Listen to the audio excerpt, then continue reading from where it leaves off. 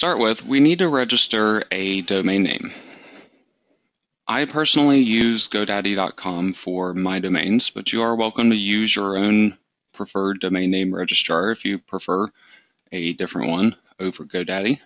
Ultimately, it doesn't really matter where you register your domain name, it will all work the same in the end.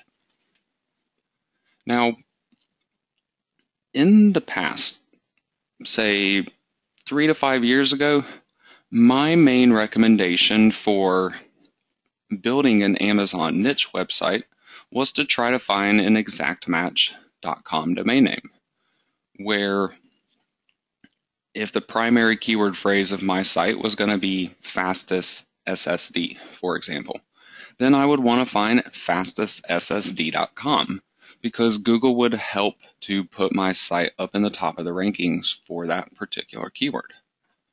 Well, you do still get a minor boost from having an exact match domain these days. However, most of the good ones have been snatched up, and it really seems like this whole portion of my site building process is really where a lot of people got hung up in the past, because they would find what seemed to be a great niche, but then maybe the domain name wasn't available for it, and they'd have to go back to the drawing board. Well, I've done experimenting myself, and I can tell you that it really is not going to make a major difference what you call your website in the end. You could have a site about computers and name it completely something different that has nothing to do with computers. You could have the domain name called wackyclowns.com, and it could be all about computers, and you can still get top rankings for computer-based keyword phrases. It's really more about what the content of your site is about. So with that said, I recommend trying to find kind of a combination between the old style exact match domain and what I call a branded domain name. For example, GoDaddy is obviously a branded domain name. GoDaddy.com really doesn't have too horribly much to do with websites or domain names, unless you're considering maybe the end of it, the addy part could maybe be an abbreviation for address.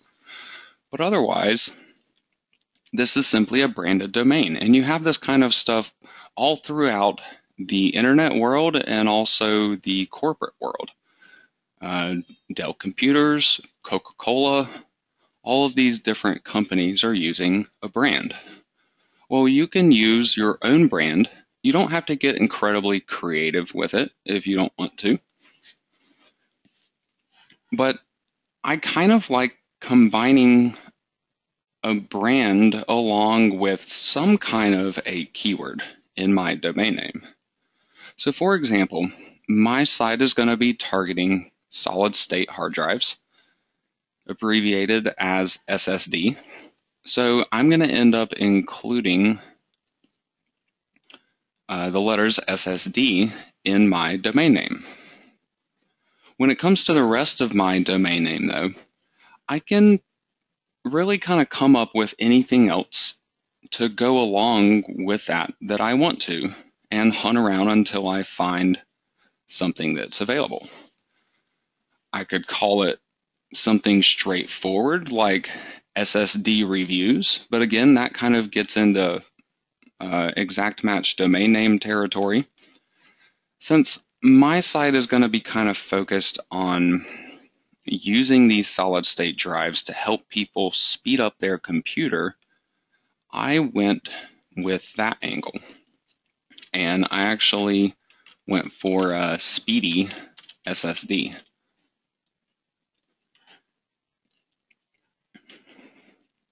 Now, as you can see here on my page, speedyssd.com is already taken, but this is actually taken because I've already registered it.